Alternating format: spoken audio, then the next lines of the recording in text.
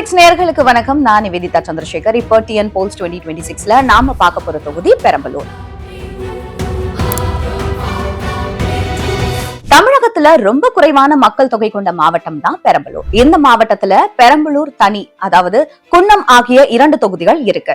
மறுசீரமைப்புக்கு அப்புறமா பெரம்பலூர் தொகுதி தனி தொகுதியா அறிவிக்கப்பட்டுச்சு. பெரம்பலூர் மாவட்டத்துல இருக்கக்கூடிய பெரம்பலூர் தொகுதியில சின்ன வெங்காயம், மக்காச்சோளம், பருத்தி ஆகிய விவசாயமும், தொழில் நிறுவனங்கள், கல்வி நிறுவனங்கள் சார்ந்த பணிகளும் தான் பல்லாயிரக்கணக்கானவர்களுடைய வாழ்வாதாரமா அமைஞ்சிருக்கு.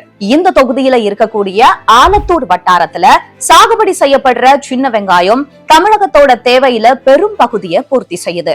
எறையூர்ல இருக்க அரசு சர்க்கரை ஆலையிலையோ, உடும்பியத்துல இருக்கக்கூடிய தனலட்சுமி ஸ்ரீனிவாசன் சர்க்கரை ஆலையிலையும் சேர்த்து ஒரு வருஷத்துக்கு 4 லட்சம் டன் கரும்பு அரவை நடைபெறுது.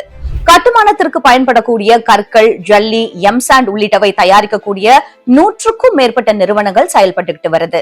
விசுவக்குடி அணை, MRF தனியார் தொழிற்சாலை, இது எல்லாம் இங்க அமைஞ்சிருக்கு. கடந்த தேர்தல்ல திமுக சார்பா போட்டியிட்ட பிரபாகரன் தான் இங்க வெற்றி பெற்றிருக்கிறாரு.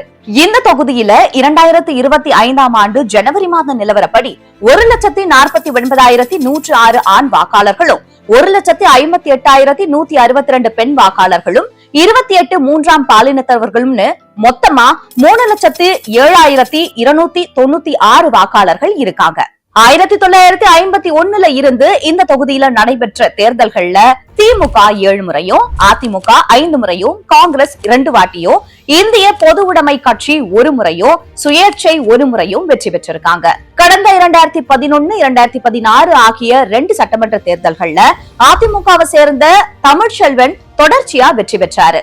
கடந்த 2021ஆம் ஆண்டு நடந்த தேர்தல்ல திமுகவை சேர்ந்த பிரபாகரன் 1,22,90 வாக்குகள் பெற்று 31,034 வாக்குகள் வித்தியாசத்துல வெற்றி வாகை சூடினாரு.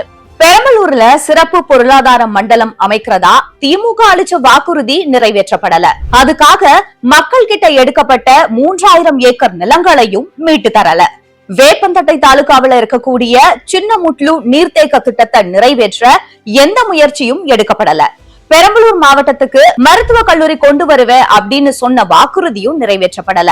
தொகுதியில BEd கல்லூரி, அப்படி இல்லனா வேளாண்மை கல்லூரி கொண்டு வரதா கொடுத்த வாக்குறுதியும் நிறைவேற்றப்படல.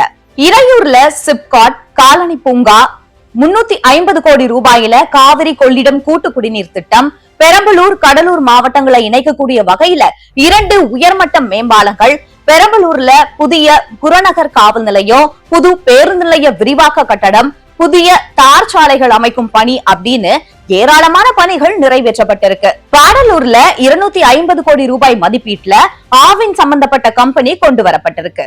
இந்த தொகுதியை பொறுத்த வரைக்கும் வரம்பில்லாம கற்களை வெட்டி எடுத்து இயற்கை வளத்தை சூறையாடுற நிலையை கட்டுப்படுத்தணும். பருத்தி, மக்காச்சோளம், சின்ன வெங்காயத்துக்கு நிரந்தர அரசு கொள்முதல் நிலையங்கள் அமைக்கணும். கொட்டரை நீர்த்தேக்க திட்ட பணிகளை சீக்கிரமா முடிச்சு பயன்பாட்டுக்கு கொண்டு வரணும். இதெல்லாம் மக்களோட எதிர்பார்ப்பா இருக்கு. திமுகவுல சிட்டிங் MLA பிரபாகரன் மறுபடியும் சீட்டு கேட்கிறாரு. அது மட்டும் இல்லாம பொறியாளர் அணியோட மாநில துணை செயலாளர் பரமேஷ்குமார், முன்னாள் MLA ராஜ்குமார், இவங்க எல்லாருமே சீட் கேட்கிறாங்க. அதிமுகவோட மாவட்ட செயலாளர் தமிழ்ச்செல்வனுக்கு தான் சீட் அப்படின்னு சொல்லப்படுது. அதே சமயம் முன்னாள் MLA பூவை செழியன், முன்னாள் துணை சபாநாயகர் வரக்கூர் அருணாச்சலம், முன்னாள் MP சந்திரகாசி ஆகியோரும் சீட்டுக்கு முயற்சி செய்யறாங்க. கட்சி கட்டமைப்பு, கூட்டணி கட்சிகளோட ஒருங்கிணைப்பு, இது எல்லாம் திமுகவை முன்னிலையில வைக்கிது. ஆனா அதிமுகவும் சமபலத்தோட தான் இருக்காங்க. அது மட்டும் இல்லாம தனி தொகுதிகள்ல திமுக கடும் பின்னடைவை சந்திச்சுக்கிட்டு வராங்க. தேர்தல் நெருங்க இந்த முடிவுகள்ல மாற்றம் வரவும் வாய்ப்பு இருக்கு. தேர்தல் நெருங்கும் போது தமிழக மக்கள் அளிக்க போற முடிவுகள் என்ன அப்படிங்கறத பொறுத்திருந்து பார்க்கலாம்.